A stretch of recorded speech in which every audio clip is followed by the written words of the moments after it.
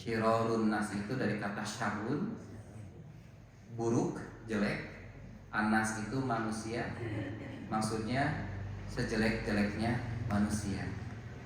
Jadi semakin akhir bukan semakin membaik, tapi semakin memburuk. Ketika manusia sudah pada level atau keadaan syirorun nas, sejelek-jeleknya manusia, maka untuk apa lagi itu bumi dunia diperpanjang usianya.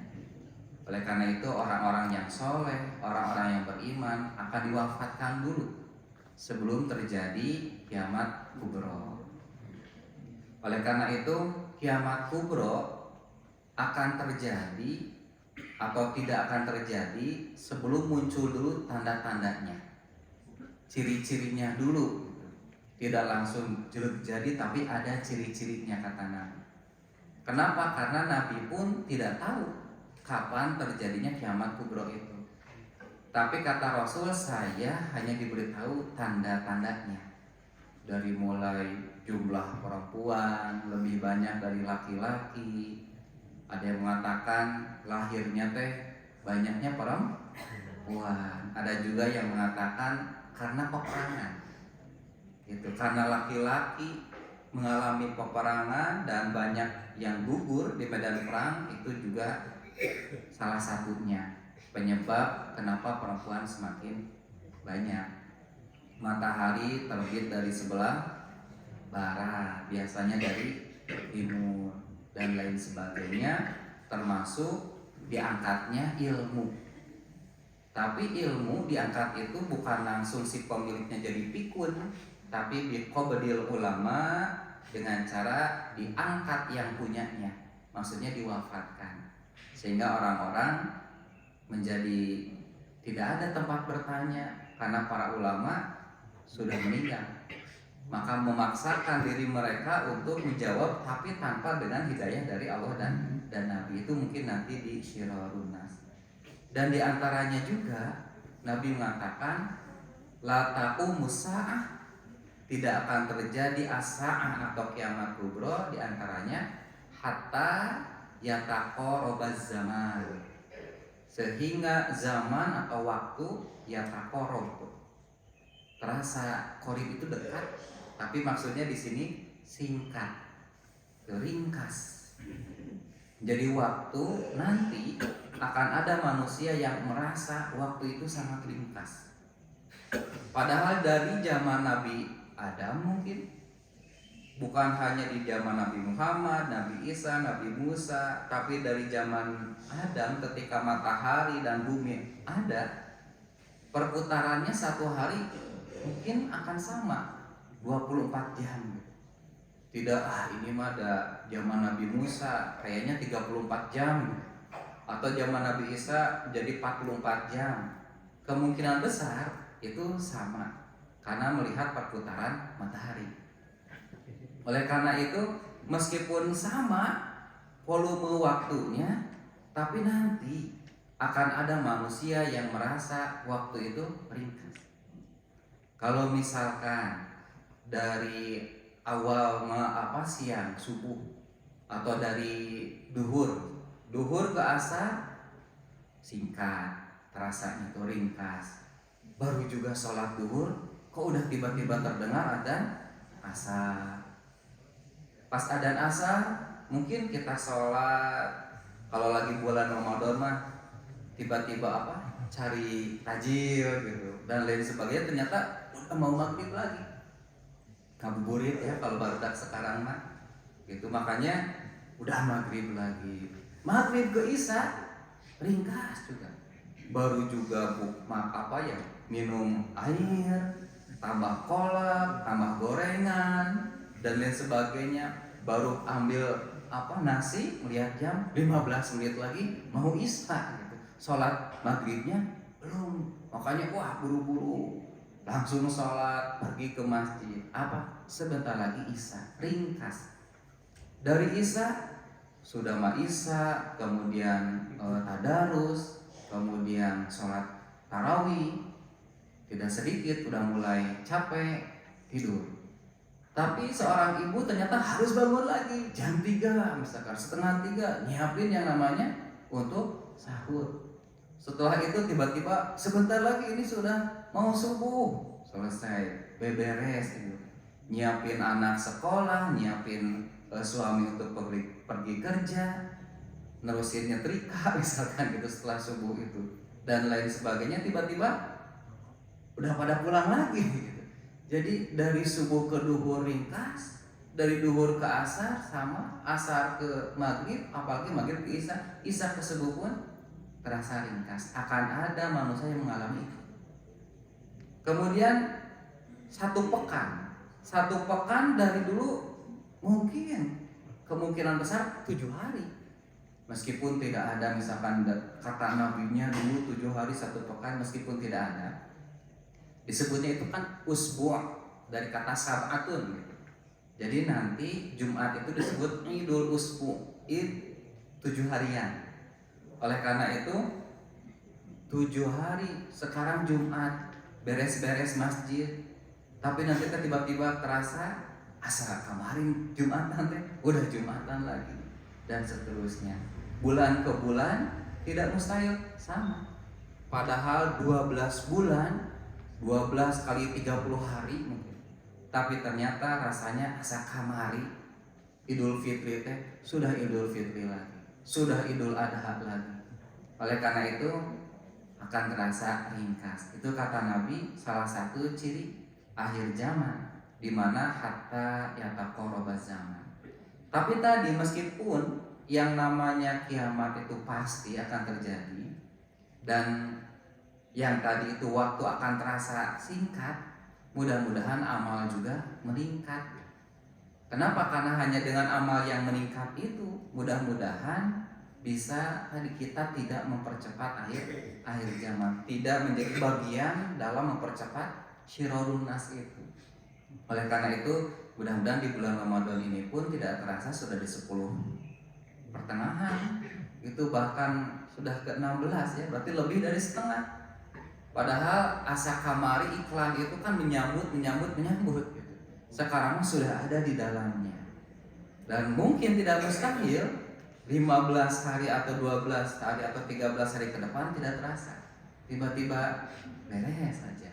Gitu. Oleh karena itu mungkin nanti akan terjadi, manusia akan merasa waktu itu sangat begitu singkat. Jadi kalau punya salah, harusnya bagaimana? Langsung perbaiki, langsung minta maaf. Kenapa? Karena tadi kita tidak tahu kapan usia kita diakhirkan oleh Allah Subhanahu wa taala. Bahkan tadi bisa jadi orang yang kita itu salah kepada seseorang itu yang wafat duluan atau kita yang wafat duluan. Oleh karena itu mudah-mudahan di sisa Ramadan ini dapat kita manfaatkan dengan sebaik-baiknya. Mudah-mudahan Ramadan ini ya lebih baik dari Ramadan yang telah lalu, atau hari ini bisa lebih baik dari hari yang kemarin, minimal 0,1% naiknya gitu. Kalau kemarin 2 halaman atau sekarang 2,5 gitu, atau kemarin berapa ayat sekarang beberapa ayat, meskipun tadi perubahan ke lebih baiknya dari hari kemarin itu 0,1%. Ketika Allah mencabut nyawa kita sedang naik 0,1%, mudah-mudahan itu yang disebut husnul khotimah.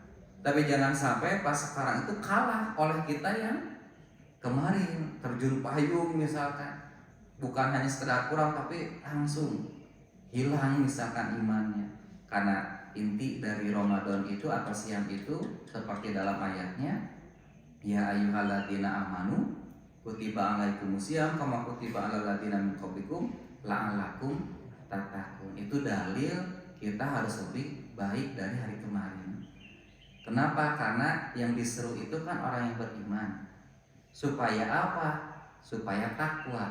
Berarti ada orang yang sudah mengaku iman tapi tidak sampai kepada derajat takwa. Makanya harus siam, sholat, ibadah-ibadah yang lainnya supaya bisa lebih baik dari level ini, harus sampai ke level ini.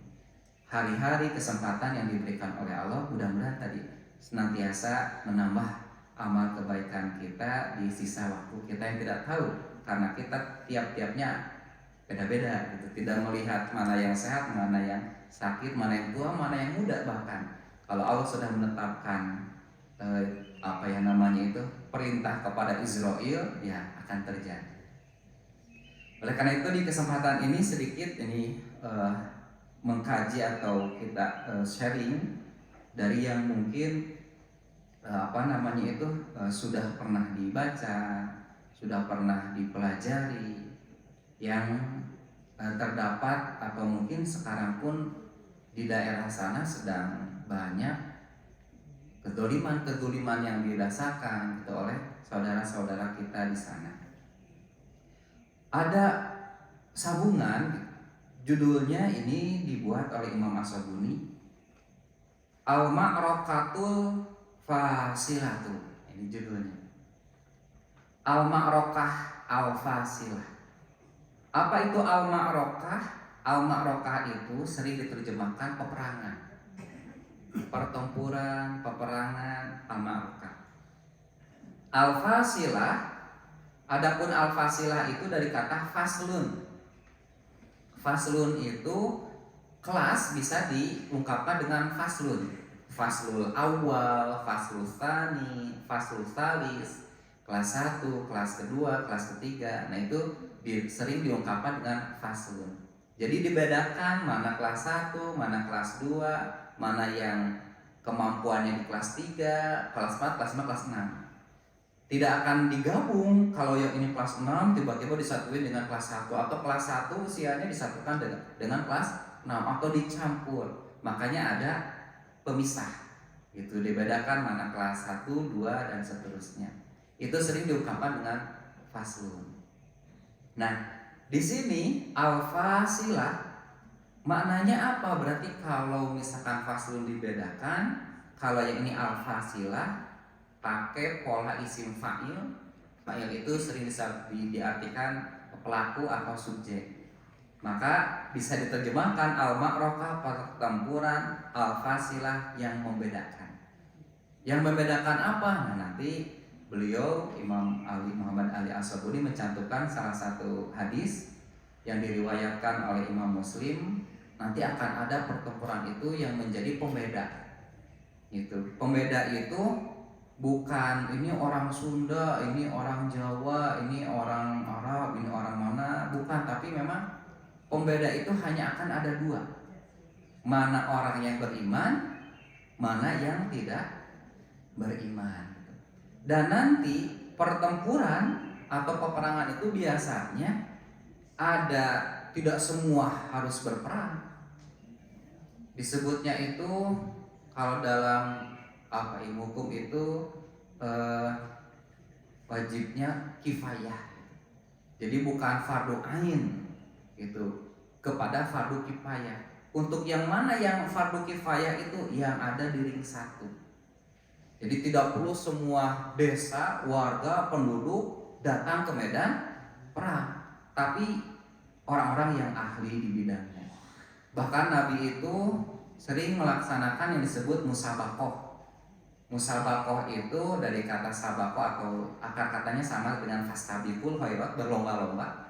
Nah, Nabi sering juga mengadakan musabakoh. Tapi bukan musabakoh dalam arti yang sering di kita. Musabakoh itu bagaimana dari start ke finish. Nah, siapa yang paling duluan, yang paling cepat, nah itu musabakoh. Oleh karena itu kuda dimusabakohkan. Jadi kalau kuda nanti mana yang paling cepat dan paling dulu ke finish, nanti ini yang akan dipakai oleh panglima, gitu, para pasukan yang di kuda gitu. Oleh karena itu nanti yang kudanya lemah ataupun lalaunan, nah itu disisihkan dulu. Jadi dipilih. Termasuk manusianya juga, orang-orang para sahabat pun dipilih.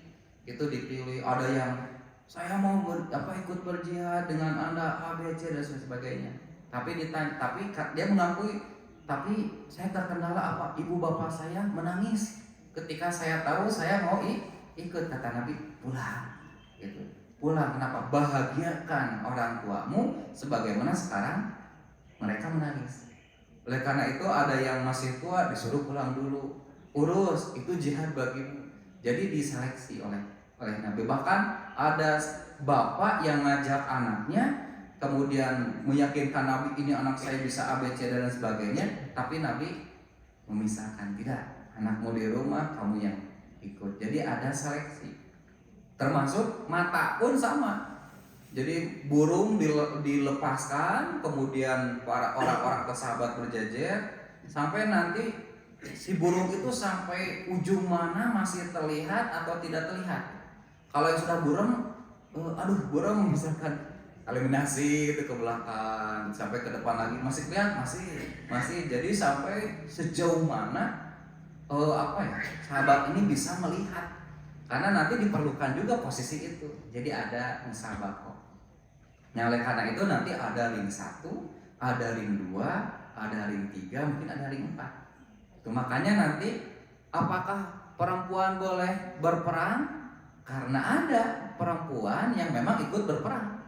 Gitu. Tapi bukan berperang tadi apakah di paling depan atau di ring 5 misalkan, menyiapkan air, obat-obatan yang diperlukan oleh ring 3 atau yang diperlukan oleh ring 4. Jadi nanti di ring 1 ada yang terluka, bawa ke ring 2, bawa ke ring 3, yang ini berganti ke depan, yang ini berganti ke depan. Kalau misalkan sudah di ring yang paling akhir, ternyata tidak bisa lagi diobati, dibawa pulang ke Madinah. Tapi kalau misalkan masih bisa, masuk lagi ke ring 4 dan seterusnya. Itu jadi ada perempuan juga yang syahid. Kenapa? Karena memang membantu dalam peperangan itu. Nah, kurang lebih al-ma'rakah al-fasilah ini pun kalau itu terjadi seperti itu. Jadi bukan semuanya, tapi yang di depan itu kifayah. Cuman yang fardu ainnya apa? Yaitu mempertahankan akidah. Imam As-Sabuni mencantumkan salah satu hadis yang diterima dari Abu Hurairah. An Abi Hurairah, dari Abu Hurairah, anna Rasulullah sallallahu alaihi wasallam qala, bahwasanya Rasulullah sallallahu alaihi wasallam qala, beliau pernah bersabda, la taqumus sa'atu. Nah, bersama dengan yang tadi, tidak akan terjadi as-sa'ah. Apa as-sa'ah? As-sa'ah itu al-qiyamah, kiamat kubro. Kenapa kiamat disebut kiamat? Diambil dari kiamun, kiamatun, koma yakumu. Artinya itu berdiri. Itu berdiri. Misalkan ada anak santri di kelas kiaman, nah itu pasti berdiri. Doaan baru berdoa. Atau salaman, mengucapkan salam. Nah, kiam itu berdiri. Iqomat atau iqomah itu mau mendirikan sholat. Sholat sudah akan siap dilaksanakan.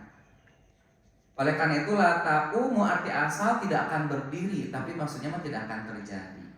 Kenapa kiamat disebut kiamat? Karena pada saat itu manusia akan berdiri di amalnya, di atas amalnya masing-masing. Nah, kejadian itu kata Nabi, la taqumu, tidak akan terjadi dulu.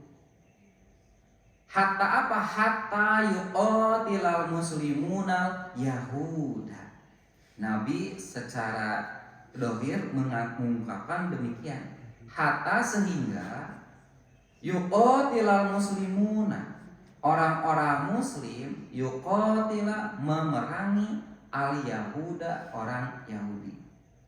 Jadi kalau melihat lafaz ini, orang muslim itu menjadi subjeknya, pelaku dari yuqatila itu. Jadi muslim yang memerangi.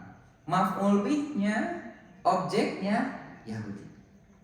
Jadi bisa jadi pada saat itu orang-orang generasi muslim saat itu kuat dari ilmu, kuat dari jumlah, atau kuat dari siasa, atau kuat dari apapun itu. Kenapa? Karena biasanya yang lebih gitu memerangi, kalau subjek itu pasti ada kelebihannya, itu kepada yang maf'ul bih atau objek itu. Oleh karena itu orang muslim itu yang akan memerangi. Jadi bukan orang Yahudi yang memerangi orang muslim, tapi orang muslim yang memerangi Yahudi. Ada yang mengungkapkan kalau dulu lebih dikenal itu person. seseorang, Al-Fatih dan lain sebagainya. Nanti karena disebutkan muslimun berarti bukan per orang, tapi kolaborasi gitu. Kalau dulu ada pencuri, ada kejahatan, ada superhero. Superhero-nya itu satu gitu, Superman gitu ya kalau dulu nonton kartun. Nah, ketika ada superhero teh orang-orang merasa aman. Kalau di Indonesia itu Gatot Kaca, misalkan ada Gatot Kaca aman gitu. Jadi seorang. Dan dulu, tapi kalau sekarang ternyata di film-film itu bukan seorang, justru sekarang berkelompok. Kalau anak-anak sekarang ada Avenger gitu kan, bukan satu orang tapi ada disebut Spider-Man, ada Iron Man, ada Hulk-nya, ada apa, jadi bergabung di sana. Dan ada yang mengatakan kemungkinan besar orang Islam pun nanti kuat bukan karena satu orang dua orang, tapi karena semuanya iktisom kepada Al-Quran. Sektor ekonomi dikuatkan oleh ini, sektor ilmu oleh ini, sektor sains oleh ini, sektor, jadi punya kekuatan yang bersatu semuanya. Ada yang mengatakan seperti itu. Kenapa? Karena yuqatilal muslimun. Dan bisa jadi teknologi saat itu katanya akan kembali ke nol. Jadi balik deh ke zaman baheula. Bukan dalam arti jadi primitif lagi, bukan, tapi memang mungkin peluru sudah habis, nuklir sudah habis, gitu. Data-data tidak bisa diakses. Kenapa? Karena satelitnya hancur atau akses ke sananya tidak ada, listrik tidak ada, kemudian paket data tidak ada. Jadi sampai ke nol, meskipun banyak alat-alat yang canggih tapi tidak bisa dioperasikan. Oleh karena itu ada civil war, perang di kota. Kalau dulu diajari perang itu di hutan. Padahal itu yang mudah, karena di hutan itu kalau lapar masih banyak tanaman. Tapi kalau di kota masa mau makan beton, besi kan enggak. Makanya sekarang ya ada keahlian-keahlian yang harus bisa bertahan di tempat yang seperti itu. Jadi kalau dulu mah disimpan di hutan, itu tidak diberikan peralatan apapun kecuali pisau misalkan. Nah sekarang mah harus juga katanya ada kecakapan bertahan di perkotaan seperti itu ketika sudah ya tadi terjadi nol. Dan semua akan kembali kepada ya teknologi nol itu. Makanya Nabi menganjurkan kepada orang tua atau kepada orang-orang itu untuk mengajarkan anaknya itu berkuda gitu. Karena kalau mobil kalau tidak ada BBM-nya ya mati, tidak bisa bergerak. Tapi kalau kuda mah itu kemungkinan besar hewan itu akan terus ada. Gitu. Kendaraan bermotor ada tapi tidak akan maju. Tapi kalau kendaraan, kalau anak sekarang mah di sana mengatakan kendaraan bermodal, kayak sapi, kuda, mungkin itu unta itu akan terus ada.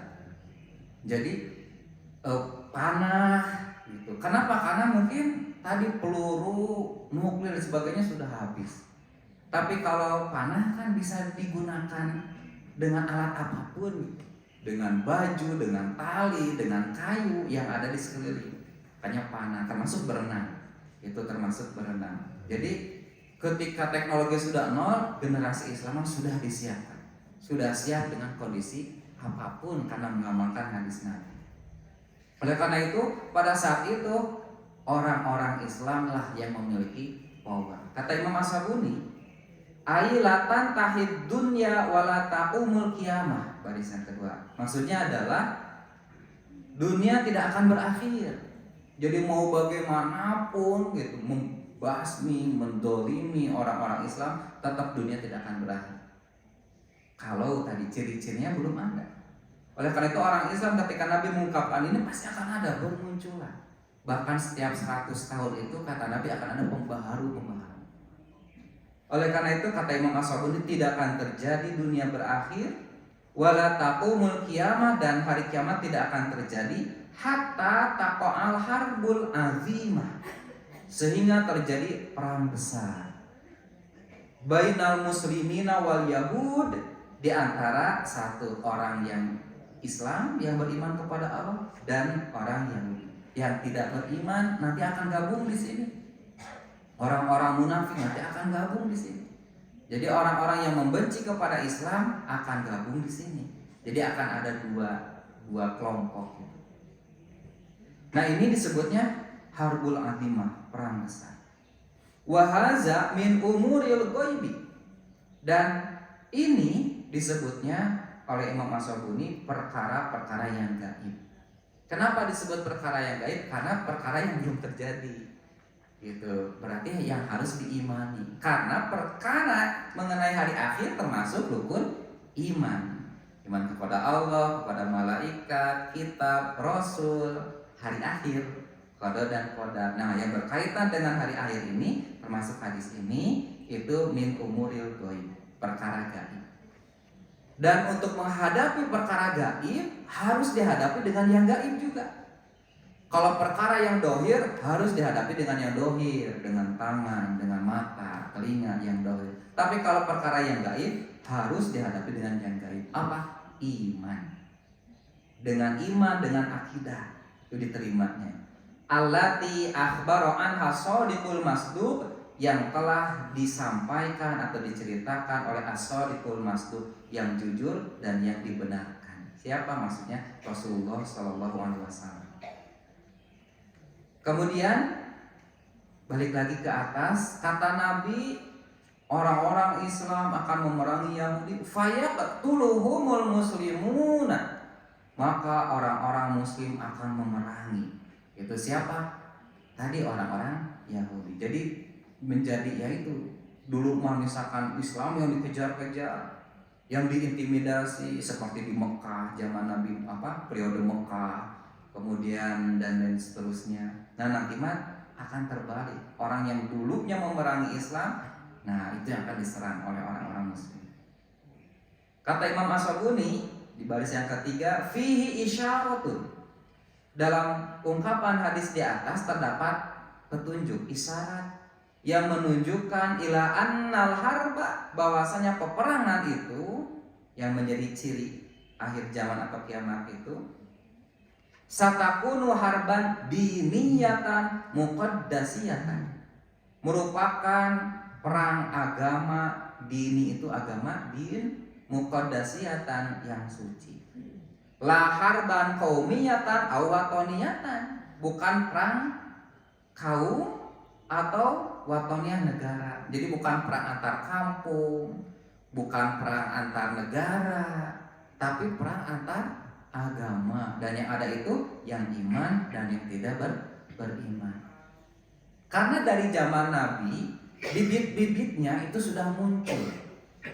Ketika Aus dan Khazraj di Madinah yang senantiasa bermusuhan terus, kemudian mereka bisa bersatu, berkumpul, datang Nabi, dikuatkan dengan Islam, Aus dan Khazraj. Tapi itu ada bibit-bibit orang munafik memanggil orang Aus dengan sebutan Aus, memanggil orang Khazraj dengan sebutan Khazraj, Aus, Khazraj. Ketika terdengar oleh Nabi, padahal sepintas lalu nggak jadi masalah kan? Orang Sunda, orang Jawa, tapi oleh Nabi ditegur. Si orang itu yang mengungkapkan hei Aus, Khazraj, Nabi mengatakan sama humul muslimin, Allah telah menamai kalian orang-orang muslim. Kalau mau ya saudaraku, akhi. Kenapa? Karena memang Allah sudah menyebutkan dengan satu nama muslim. Nah ada orang saat itu yang seolah-olah hendak memecah lagi. Makanya sebutannya hei Aus, hei Khazraj. Jadi seperti beda. Kenapa? Karena Aus dan Khazraj ini sudah disatukan oleh Allah muslim. Oleh karena itu Khazraj muslim, Aus muslim, sama humul muslimin. Mungkin nanti orang Indonesia muslim, orang Amerika muslim, Afrika muslim, Eropa muslim, semuanya diikat oleh muslim. Makanya nabinya itu, Allahnya itu tidak akan ada yang beda. Tapi pada saat itu ada orang yang hendak memisahkan lagi. Jadi seolah-olah Islam Aus, hei Islam Khazraj. Jadi nanti akan ada Islam Aus, Islam Khazraj. Islam Nusantara, Islam Indonesia, Islam Arab, Islam Afrika, Islam Amerika, ada ibadahnya gitu mah wajar. Kenapa Islam Nusantara itu mah ada gitu teh, itu mah Islam Arab, iya mah Islam Amerika. Jadi seolah jadi dipisahkan. Makanya Nabi pada saat itu mengatakan sama umul muslimin. Allah sudah menamai kalian muslim, jadi satu, sama. Orang Bandung ketemu dengan orang muslim di Amerika, ketika sebutan assalamualaikum jawabannya pasti sama. Waalaikumsalam warahmatullahi. Kenapa? Karena tadi disatu. Nah, itu menjadi isyarat. Jadi kesininya karena tadi orang munafik musuh Islam tidak berhenti. Akhirnya yang mencoba untuk memisahkan lagi, dan terjadi saat ini. Ketika kita mau membantu, ini mah bukan perang agama, ini mah karena perebutan lahan, karena ini dan sebagainya. Itu makanya yang diusung oleh saudara-saudara muslim kita itu dengan kemanusiaannya akhirnya. Kenapa? Karena ya itulah itu, karena sudah mengikuti sistem yang sudah ada. Oleh karena itu di sini dikatakan bukan perang kayak gitu, tapi betul-betul ini mah diniyah, perang agama. Li'anna takhsisal muslimin, karena pengkhususan lafaz muslim oleh Nabi biqitalihim, dengan memerangi mereka, ya dulu menunjukkan ala anna hadhil haq, bahwasanya peperangan ini satakunu baina ashabil aqidatil haq, akan terjadi di antara para pengikut penganut akidah yang hak, yang benar, yaitu orang-orang yang beriman, wa bainal yahudi dhalin, dan dengan orang-orang Yahudi yang sesat. Wasayakunu nasru, dan dengan hadis di atas menjadi isyarat akan adanya an-nasru, apa? Pertolongan. Karena Yahudi itu sebetulnya bukan agama. Yahudi itu kan turunan anak yang besar, laki-laki yang besar dari Yakub. Jadi semuanya ujung-ujungnya di Nabi Ibrahim. Ibrahim punya anak, ada yang dari Hajar, ada yang dari Sarah. Makanya yang jadi Hajar ada Ismail, yang dari Sarah ada Ishak. Yang dari Nabi Ismail, jalur ini kosong dari kenabian. Tapi yang dari jalur Ishak ini ada Yakub terus sampai Musa sampai Nabi Isa. Dan ini banyak ada syariat atau kitab suci. Tapi di yang Ismail ini tidak ada kenabian. Dan sampai ratusan tahun maupun ribuan barulah ternyata ada Nabi Muhammad. Sampai mereka mengatakan kalau konflik dengan orang Mekah, tinggal dikeun we cenah. Apa akan ada pemimpin kami yang terakhir, nabi kami yang terakhir, kamu pasti harus mengikuti saya. Kalau ada konflik itu. Gitu. Ternyata yang diangkat jadi nabi terakhir dari sini. Jadi merasa ada kesombongan, tidak mau mengikuti. Nah, oleh karena itu di sini Allah menjanjikan. Jadi Yahudi karena itu bukan nama agama tapi turunan. Adapun Islam bukan untuk turunan, bukan untuk satu daerah, Nasoro, Nazaret, tapi alam itu untuk manusia.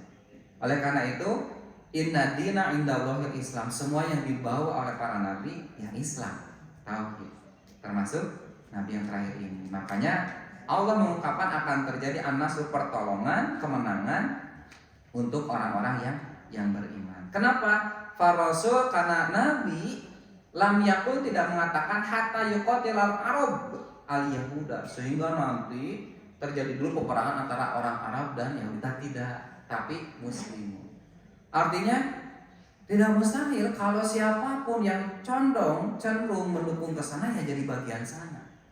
Tapi meskipun kita di daerah sini, tapi kita mengimani Nabi, bertauhid kepada Allah, nah akan menjadi, bisa jadi bagian, yaitu yang yuqatilah. Oleh karena itu, kalaulah misalkan kenapa ya negara-negara Arab dan sebagainya, ya Nabi pun mengatakan bukan yuqatilah Arab gitu, tapi yuqatilah Muslim. Artinya bisa dari sana, bisa dari sini, bisa dari manapun, karena berhubungan dengan akidahnya, bukan dengan tempatnya. Wa inna ma waddaha bi anna hadhil harba taqamu bainal muslimin wal yahud, dan diperjelas bahwa perang ini terjadi antara tadi orang muslim dan orang Yahudi. Wa anna Allah, dan sesungguhnya Allah sayukrimu, akan memuliakan ibadahul mukminin, hamba-hambanya yang beriman. Dinasri ala aduwihim, dengan pertolongan atau kemenangan atas musuh-musuh mereka. Udah cek Nabi lagi pasti menang, udah aja kita mah santai. Ya tidak, tetap kita harus berikhtiar. Kenapa? Karena memang untuk mewujudkan tadi generasi-generasi muslim yang kedepannya yang siap. Apapun tantangannya, mereka sudah siap. Oleh karena itu, itulah fayak tuluhum al muslimun. Kemudian kata Nabi, orang-orang muslim memerangi mereka, yaitu orang Yahudi, hatta yakhtabihal yahudiyyu min wara'il hajar wasyajar. Sampai-sampai dikejar gitu. Sampai-sampai orang Yahudi itu bersembunyi, yakhtabiha. Al-Yahudi, orang-orang Yahudi ini bersembunyi min wara'il hajar, di belakang batu, di belakang wasyajar, pohon. Jadi di belakang batu, di belakang pohonnya rumput. Jadi mereka merasa takut.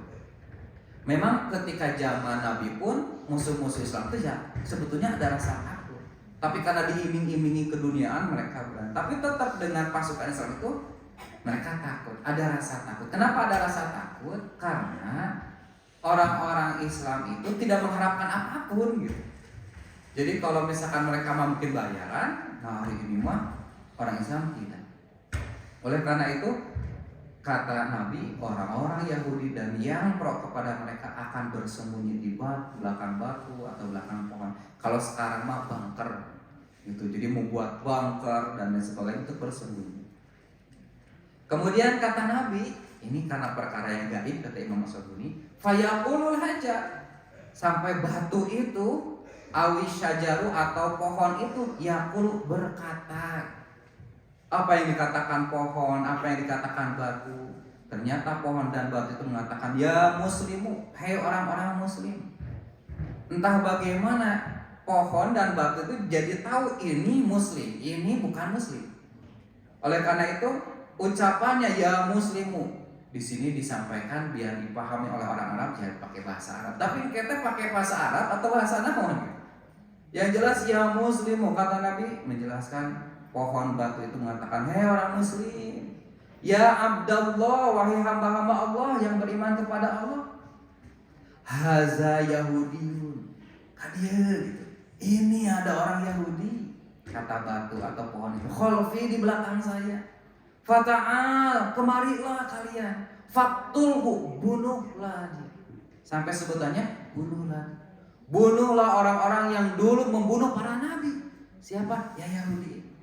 Yuqatilun apa? Yaqtulunan nabiyyin bighairi haq. Jadi mereka membunuh, membantai para nabi-nabi. Termasuk ketika Nabi Muhammad kecil dibawa pada satu daerah oleh pamannya yang mau berdagang, kemudian ada pendeta bawa pulang. Kenapa? Karena ciri-ciri kenabian ada di anak ini dan ini yang dicari oleh orangnya dan akan dibunuh. Oleh karena itu bunuhlah mereka yang dulu membunuh para nabi-nabi. Bunuhlah mereka yang berani menentang malaikat. Jadi jangankan manusia, malaikat juga ditantang. Bahkan mereka menyatakan Jibril musuh kami. Bahkan mereka juga menantang Allah Subhanahu wa ta'ala. Oleh karena itu kata pohon dan batu, fata'al kadariya, sini ini ada yang bersembunyi. Faktur, bunuhlah. Kata Imam As-Sabuni, karena ini termasuk yang gaib, maka beliau memahamkan ayyunatikullahu azza wajal, Allah membuat bicara si batu itu, pohon itu. Kenapa? Karena bagi Allah tidak ada yang mustahil katanya. Jadi dipahaminya dohirnya aja lah. Kalau dohirnya kata Nabi pohon dan batu itu berbicara, ya udah berbicara aja katanya gitu. Untuk menjaga tafsir-tafsir atau pemahaman-pemahaman yang lain. Makanya asayana wa imam bab akidah misalkan bab gaib. Oleh karena itu ya pahami saja pohon dan batu itu yunatiku, Allah berikan kemampuan. Emangnya kenapa bisa berbicara? Kalau orang Sunda di lingkungan Sunda berarti si batu itu berbicara dengan bahasa yang dipahami oleh orang yang ada di situ. Ada yang menerangkan yang tidak mustahil. Kenapa? Karena batu itu mungkin sudah puluhan tahun atau ratusan tahun dipakai untuk berteduh oleh orang-orang. Kalau di Bandung orang-orang Bandung, ayo ngobrol ke batur, ayo ngobrol ke pekerjaan, ada apa terekam gitu. atau yang berteduh di bawah pohon, gitu, ngobrolin keluarga, curhatin, ngobrol apa, terekam. Jadi bahasanya bisa mudah langsung disampaikan dan dipahami oleh orang-orang Islam, makanya tahu kemarin. Oleh karena itu di sini diungkapkan alladzi waqafa wara'ahul yahudi, di batu-batu ataupun pohon-pohon yang di belakangnya itu terdapat orang Yahudi. Yunatiqu syajar alladzi ikhtaba'a khalfahu, dan pula membuat bicara pohon-pohon yang ada di belakang. Di belakang itu ada orang-orang ya Yahudi. Kadar. Kalau memperhatikan hadis Nabi. Wa zalika karamatun minallah ta'ala li ibadihi mu'minin al-mujahidin. Hal itu merupakan kemuliaan dari Allah bagi hamba-hambanya yang beriman dan tadi sedang berjuang. Wa kalamul hajari wasyajar, adapun ucapan batu dan pohon itu ayatun, salah satu ciri tanda kekuasaan Allah, min ayatillahil bahirah, dari tanda-tanda kekuasaan Allah yang terang. Wa huwa haqiqatun la majaz, dan perkataan itu hakiki saja dulu, bukan majaz. Wallahu ala kulli syai'in qadir, karena Allah berkuasa atas segala sesuatu. Tapi ada juga yang memahami iya berbicara, tapi bukan berbicara seperti manusia. Hanya kepintaran, keunggulan, istilahnya itu, yang keilmuan orang-orang Islam saat itu nepi kadinya. Jadi sampai bisa memahami bahasa batu, sampai bisa memahami bahasa pohon. Kenapa? Karena sekarang pun sudah banyak terjadi. Itu batu itu berbicara kepada kita, pohon berbicara kepada ibu. Nah, emang kumaha gitu? Kan ada tuh yang lagi ngebor air, gitu, mau ambil air di rauh gitu pasiennya itu. Oh, acan 10 meter di cobian. Jadi seolah-olah si pasien itu berbicara. Belum ada air yang bersih, belum ada air yang memiliki kandungan mineral, atau jangan di sini, ini airnya tidak layak untuk dikonsumsi. Jadi bisa seolah-olah si batu itu, si air itu berbicara, memberikan informasi. Bahkan ada ahli gitu ke satu daerah, baik di Kalimantan atau di Irian, kemudian menggali sekian meter dan mengatakan jangan sampai ini ke orang asing atau orang asing. Kenapa? Karena ini milik pribumi, karena di dalam ini ada emas, di dalam ini ada bahan bumi yang sangat bermanfaat dan sebagainya. Kenapa? Karena menurut penelitian dari batu ini, dari unsur tanah ini dijelaskan. Jadi seolah-olah batu itu berbicara.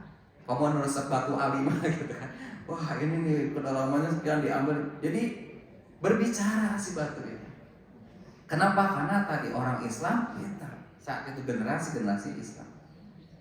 Bahkan melihat tanaman saja kan ibu teh, wah iya kurang oksigen kata ibu teh, kurang air, kurang pupuk, kurang padahal teh, bu saya siram saya kan tidak, tapi ibu teh jawab, ini mah kurang. Jadi berbicara seolah-olah.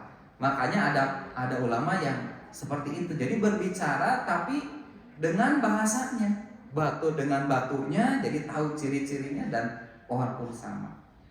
Ada yang mengatakan itu, tapi Ashabuni memilih yang hakiki saja. Tapi ada juga yang berbicara dengan yang dipahami manusia, dengan apa? Di antaranya keilmuannya tadi. Karena burung juga kan, wah stres ya.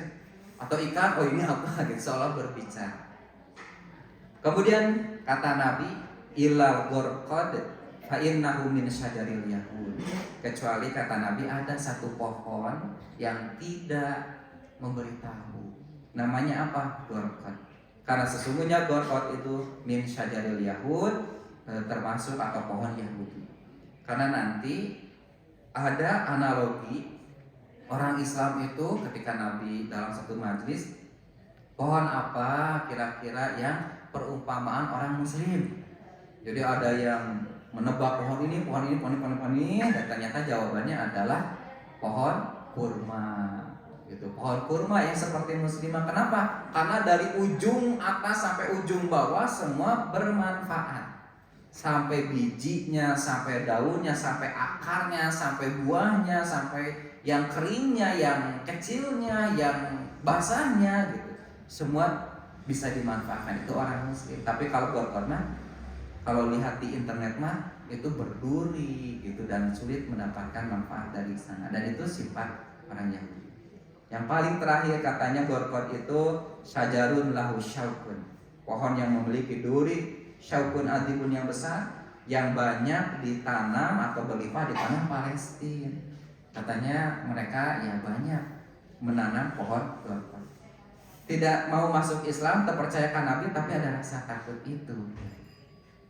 Kemudian wa huwa minal asjaril khabisah.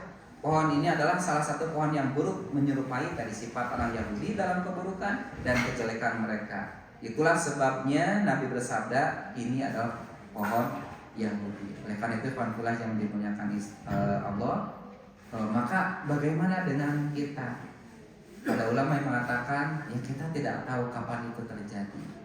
Tapi mudah-mudahan ada kekuatan yang bisa membereskan umat itu, seperti kekuatan yang dulu Nabi lakukan. Nabi jumlahnya sedikit, hijrah ke Madinah, dari masjid lah itu muncul kekuatan-kekuatan Islam sampai bisa ke asal ini, ke Indonesia ini. Kenapa? Karena dari masjid itu anak-anak dididik, rapat di masjid, kegiatan-kegiatan. Jadi jangan sampai masjid kosong dari generasi-generasi muslim. Kenapa? Karena intinya adalah sholat.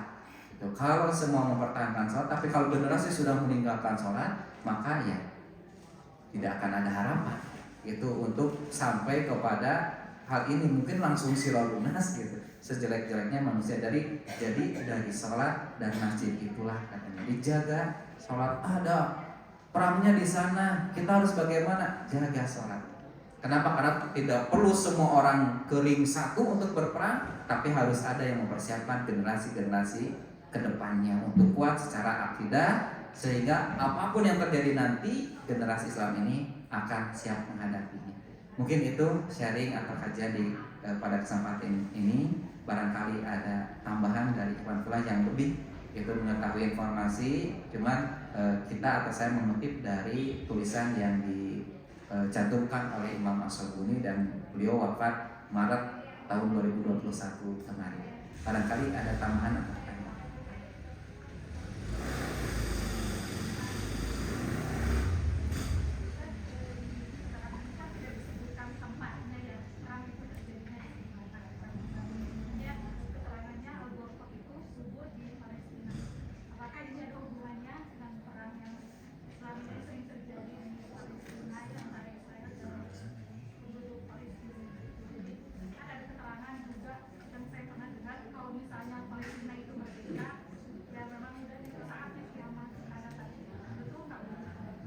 kalau itu butuh banyak pendukung keterangan.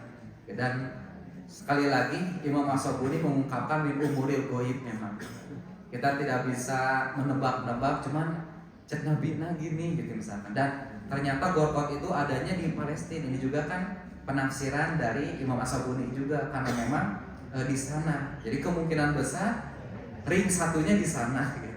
Ring satunya di sana. Tapi tidak mustahil juga, karena Yahudi juga kan menyebar. Itu mungkin. Jadi kalau bersembunyi di belakang batu, di mana-mana juga banyak batu. Gitu. Tapi bersembunyi di belakang pohon juga banyak. Tapi kalau mereka betul-betul tulen Yahudinya mencari pohon gorkot, mungkin nanti juga bisa jadi gorkot itu ditanam bukan hanya di sana gitu. Hanya Imam As-Sabuni mengatakan gorkot banyak di daerah Palestina itu, sehingga orang Yahudi ingin mendapatkan jalur-jalur itu. Jadi terpercaya ke Nabi Muhammad, tapi sabdanya rasanya tuh jadi sihir gitu. Padahal gak percaya kan kepada Nabi Muhammad itu, tapi sabdanya senantiasa diteliti, bahkan dijadikan perhatian oleh mereka. Jadi mohon maaf, mungkin sampai juga jadi seperti Imam As-Sabuni, pahami ya seadanya di sabda Nabi ini. Ketika dikatakan ilal gorkot, di mana adanya gorkot? Ya di sana. Ada kemungkinan mungkin di sanalah ring satunya. Itu ring satunya.